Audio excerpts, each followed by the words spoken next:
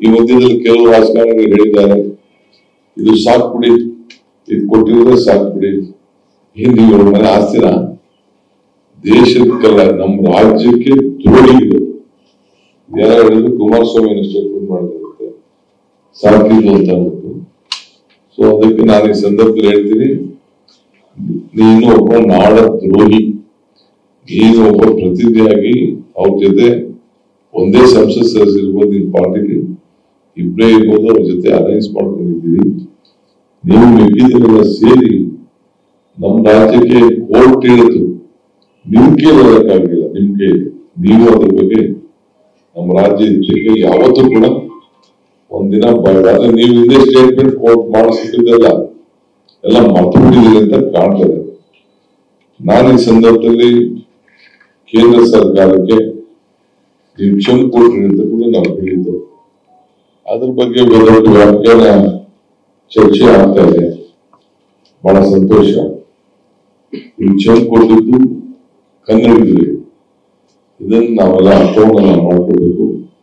ಇಲ್ಲಿ ಪಾರ್ಟಿ ಪಕ್ಷದ ಮೇಲಲ್ಲ. ಇನ್ನೆರಡು ಪ್ರಶ್ನೆ ಕೇಳಕ್ ಬಯಸ್ತೀನಿ. ಆಯ್ತಪ್ಪ, ಭದ್ರಾ ಯೋಜನೆಯಲ್ಲಿ ನಿಮ್ಮ ಎಲ್ಲ ಪ್ರೈಮ್ ಮಿನಿಸ್ಟರ್ ಇರ್ಬೋದು, ನಿರ್ಮಲಾ ಸೀತಾರಾಮನ್ ಅವರು ಅವರೆಲ್ಲ ಕೇಂದ್ರದ ಬಜೆಟ್ ಪಾಸ್ ಮಾಡಿದ್ದಾರೆ.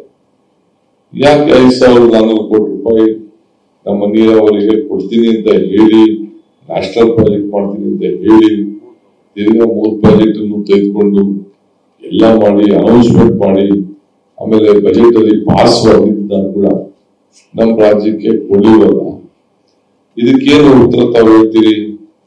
ಮಾದಾಯಿ ಮತ್ತು ಎತ್ತಿನಹೊಳೆ ಯೋಜನೆ ಕೂಡ ರಾಷ್ಟ್ರೀಯ ಯೋಜನೆ ಮಾಡಬೇಕು ಅಂತ ಹೇಳಿದ್ರಿ, ನೀವ್ ಯಾಕೆ ಅದಕ್ಕೆ ಮಾಡಲಿಲ್ಲ? ಅದು ಕೂಡ ತಾವು ಉತ್ತರವನ್ನು ಕೊಡಬೇಕು.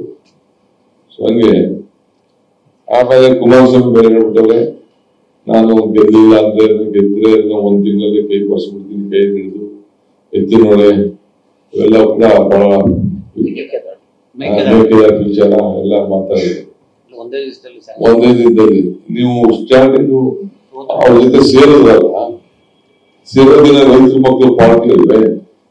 ನೀವ್ ಹೇಳ್ಬೇಕಾಯ್ತು, ನೀವು ಫಸ್ಟ್ ಒಂದೇ ದಿನ ಕೈ ಹಿಡಿದು ಬರ್ಸ್ಬೇಕಾಯ್ತು. ಅವತ್ತೇ ಹೋಗಿ ಮಾತಾಡ್ದಂಗೆ ಬಿಜೆಪಿ ಲೋಕಲ್ ಮುಂಚಿತವಾಗಿ ನೀವು ಹೋಗಿ ಮಾತಾಡಕ್ ಹೋಗಿದ್ರಲ್ಲ, ಅವತ್ತು ಹೇಳ್ಬೋದಾಯ್ತು ಇದು ನಮ್ಮ ರಾಜ್ಯದ ಹಿತ ಅಂತ. ನಾವು ಮಾಡಂತ ಯೋಜನೆಗೆ ಹೋರಾಟಕ್ಕೆ ನೀವು ಬಾಯಿ ಬಂದಾಗ ಮಾತಾಡ್ಬೇಕು.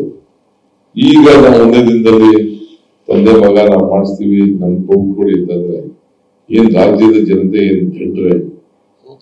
ಆಮೇಲೆ ಸೋತ್ರೆ ಮಾಡಲ್ಲ.